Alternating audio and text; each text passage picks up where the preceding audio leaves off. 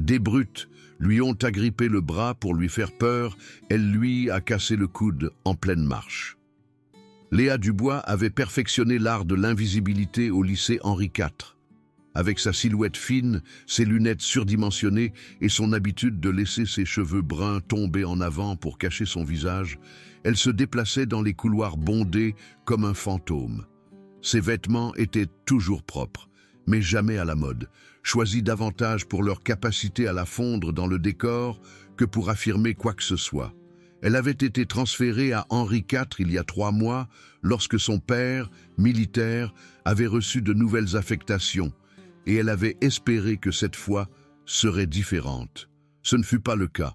La cantine du lycée Henri IV était un champ de bataille déguisé en salle à manger, avec ses longues tables disposées comme des tranchées et des néons projetant des ombres cruelles sur les jeux de pouvoir adolescents.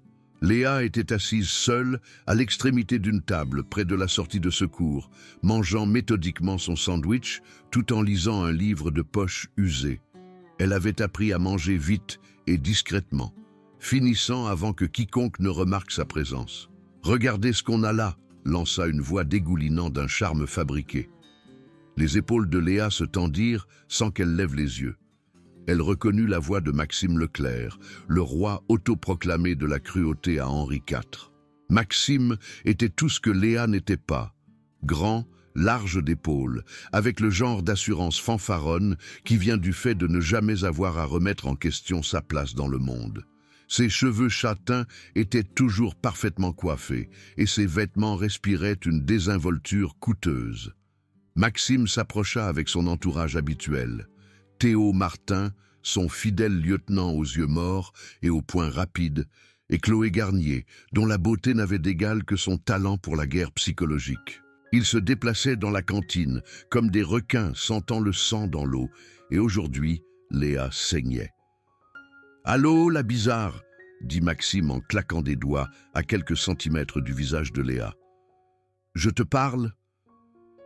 Léa leva lentement les yeux, gardant une expression neutre. Elle avait appris que montrer de la peur ne faisait que les encourager, mais montrer de la défiance empirait les choses. « Je suis juste en train de déjeuner, » dit-elle doucement. « Juste en train de déjeuner, » imita Chloé d'une voix de bébé, faisant ricaner plusieurs élèves à proximité. « Oh, regardez-la, elle croit qu'elle peut juste s'asseoir ici comme une personne normale. » Théo se pencha et fit voler le livre de Léa hors de ses mains. Il glissa sur le sol, les pages battant. « C'est quoi cette daube? L'art de la guerre? Tu comptes prendre le contrôle du club d'échecs, fille de militaire ?» La mâchoire de Léa se serra à ce terme, mais elle ne dit rien.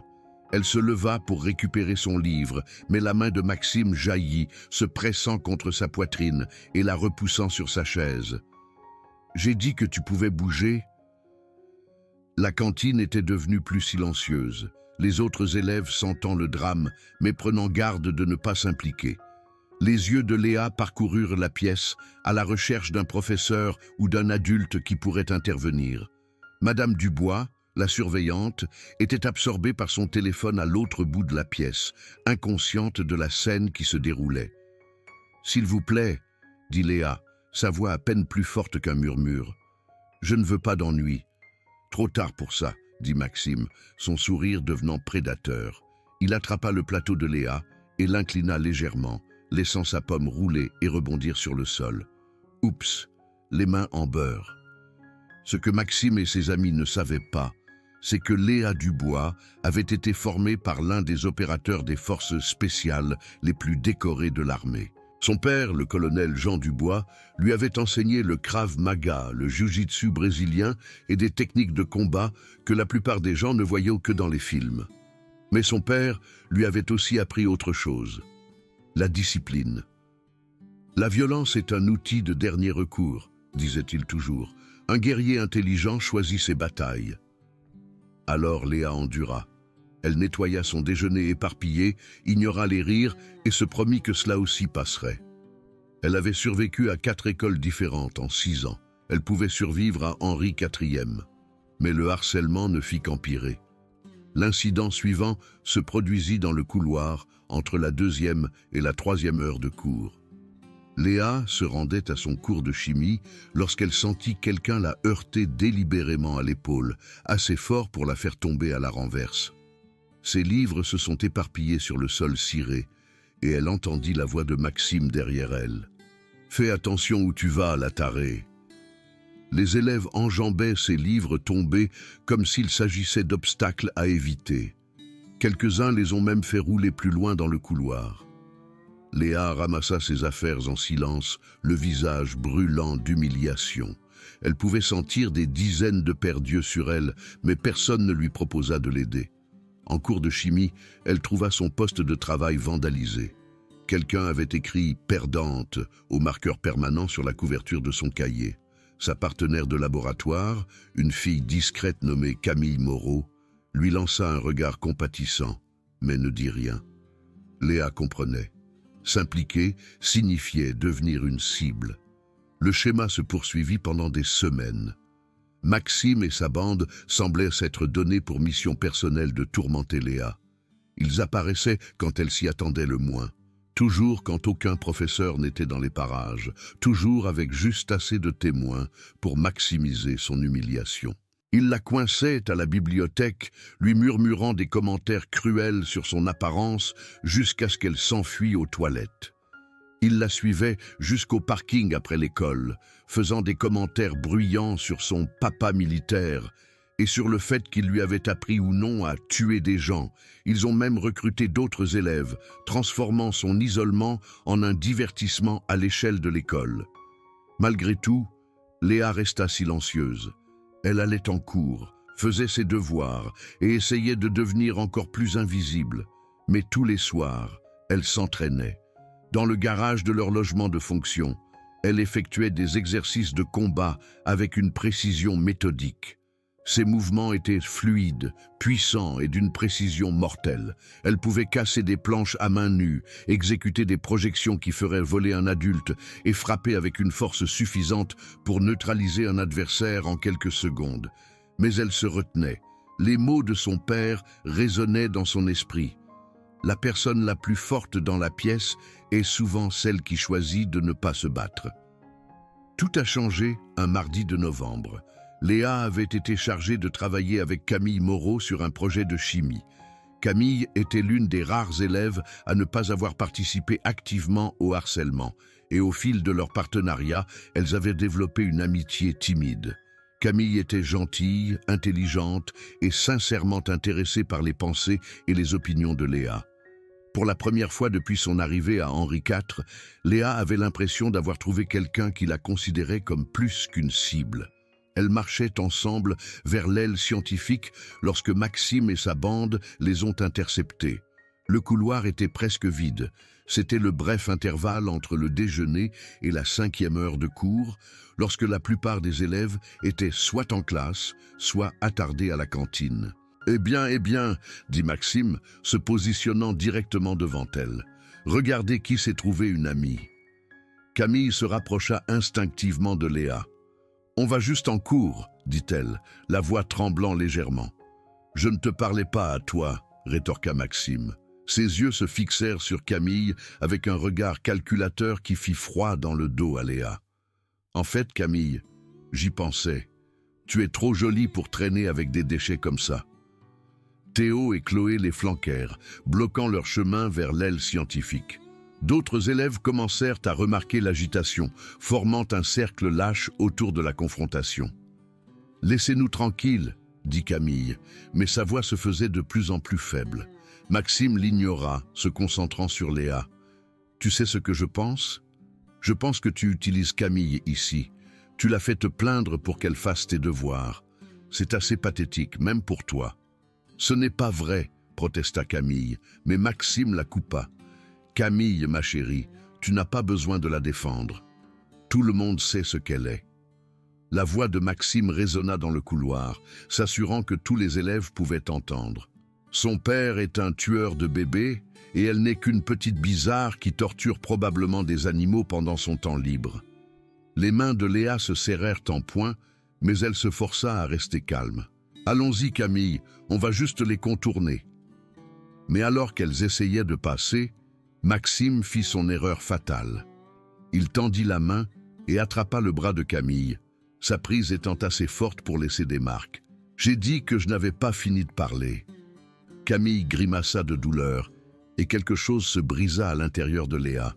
Pas de la colère, quelque chose de beaucoup plus froid et de plus dangereux. La discipline que son père lui avait enseignée était toujours là, mais elle servait maintenant un but différent. Elle ne se retenait plus pour éviter le conflit.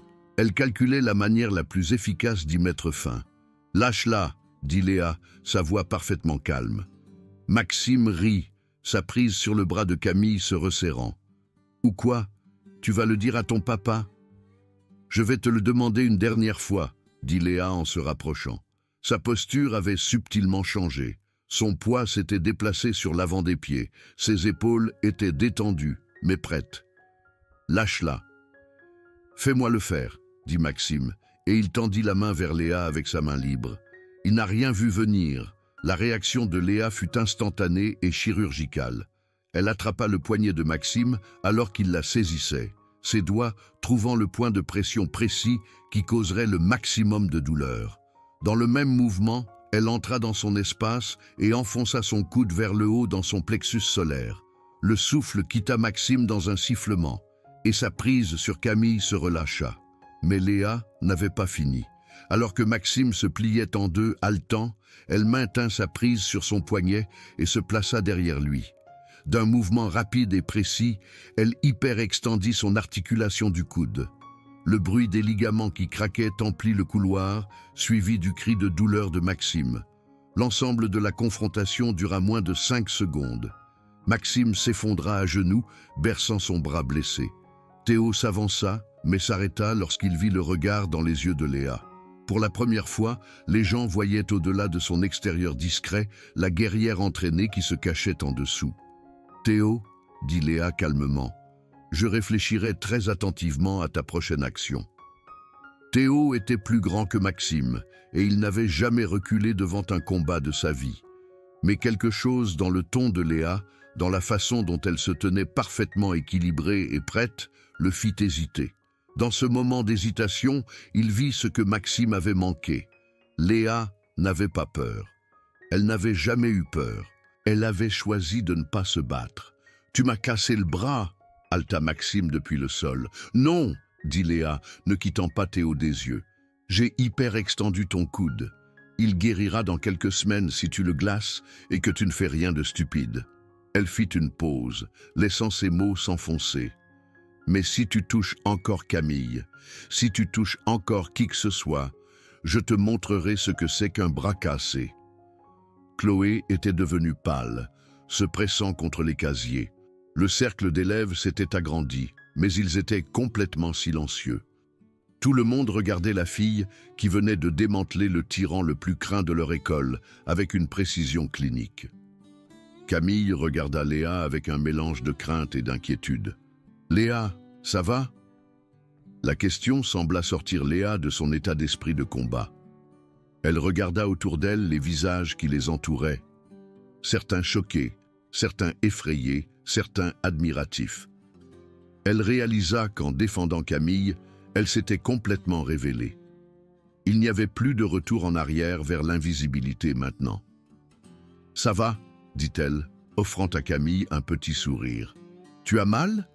Camille secoua la tête, se frottant le bras à l'endroit où Maxime l'avait attrapé. « Ça va. Merci. » Maxime se releva difficilement, serrant toujours son coude. Son visage était rouge de douleur et d'humiliation. « Ce n'est pas fini », parvint-il à dire. Léa se tourna pour le regarder en face, et Maxime fit un pas involontaire en arrière. « Si, c'est fini », dit-elle doucement. « Tu as fait ton choix quand tu l'as attrapé. Maintenant, tu dois vivre avec les conséquences. » Monsieur Durand, le professeur de chimie, arriva finalement sur les lieux. « Qu'est-ce qui se passe ici ?» demanda-t-il en regardant la foule d'élèves. « Rien, dit Léa avant que quiconque ne puisse parler. Maxime est tombé et s'est fait mal au coude. Je l'aidais juste à se relever. Maxime ouvrit la bouche pour protester, mais Théo attrapa son bon bras. « Ouais, dit Théo rapidement. Il a juste glissé. Un maladroit. Monsieur Durand avait l'air méfiant, mais comme personne ne contredisait l'histoire, il n'eut d'autre choix que de l'accepter. Bon, tout le monde en court. Maxime, tu devrais aller à l'infirmerie. Alors que la foule se dispersait, Maxime fixa Léa avec un regard de pure haine. Mais sous la colère, elle pouvait voir autre chose, de la peur. Pour la première fois de sa vie, Maxime Leclerc avait rencontré quelqu'un qui n'était pas intimidé par sa taille, son statut ou sa cruauté. La nouvelle de la confrontation se répandit dans tout le lycée Henri IV comme une traînée de poudre. À la fin de la journée, tout le monde savait que la discrète Léa Dubois avait mis Maxime Leclerc au tapis avec des mouvements dignes d'un film d'action. Les détails devenaient de plus en plus élaborés à chaque récit, mais la vérité fondamentale restait. La fille que tout le monde avait considérée comme faible s'était révélée être tout sauf cela. Dans les jours qui suivirent, la dynamique sociale du lycée Henri IV changea radicalement. Maxime revint à l'école avec le bras en écharpe, affirmant qu'il s'était blessé lors d'un accident de football. Mais tout le monde connaissait la vérité. Le roi de la cruauté avait été détrôné par quelqu'un qu'il avait considéré comme indigne de son attention. Théo et Chloé laissèrent une grande distance entre eux et Léa, ne se sentant plus capables de l'intimider. D'autres élèves qui avaient été victimes de la bande de Maxime commencèrent à trouver leur voie, inspirés par l'exemple de Léa. Les couloirs devinrent un peu moins hostiles, un peu plus pleins d'espoir. Mais le changement le plus important fut peut-être celui de Léa elle-même. Elle ne marchait plus la tête baissée et ne se cachait plus derrière ses cheveux. Elle s'habillait toujours simplement et parlait doucement, mais il y avait une nouvelle assurance dans sa posture. Elle avait appris que parfois, la chose la plus puissante que l'on puisse faire est de refuser d'être une victime. Camille devint sa meilleure amie, et leur partenariat en cours de chimie se transforma en quelque chose de plus profond. Elles étudiaient ensemble, déjeunaient ensemble, et découvrirent qu'elles partageaient un amour des vieux films et des mauvaises blagues. Pour la première fois depuis des années, Léa avait l'impression d'appartenir à un endroit. Un après-midi, environ un mois après la confrontation, Léa se rendait à son casier lorsqu'elle trouva Maxime qui l'attendait. Il était seul, son bras était enfin sorti de son écharpe et il avait l'air mal à l'aise. « Il faut que je te parle », dit-il. Léa étudia son visage, à la recherche de signes d'agression ou de tromperie. Elle n'en trouva aucun. « D'accord. » Maxime jeta un coup d'œil autour de lui pour s'assurer qu'ils étaient seuls, puis prit une profonde inspiration. « Je voulais m'excuser, » dit-il, « pour ce que je t'ai fait, pour ce que j'ai fait à Camille, pour tout. » Léa resta silencieuse pendant un long moment. « Pourquoi ?» demanda-t-elle finalement. « Parce que j'avais tort, » dit Maxime. « Je pensais que faire en sorte que les autres se sentent petits me ferait me sentir plus grand, mais ça n'a fait que me rapetisser. » Il baissa les yeux sur ses mains. « Ma mère a découvert ce qui s'est passé. Elle m'a fait réaliser que j'étais en train de devenir quelqu'un que je ne veux pas être. »« Et qu'est-ce que tu veux être ?» demanda Léa.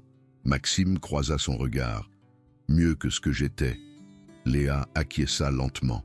« Tes excuses sont acceptées, dit-elle.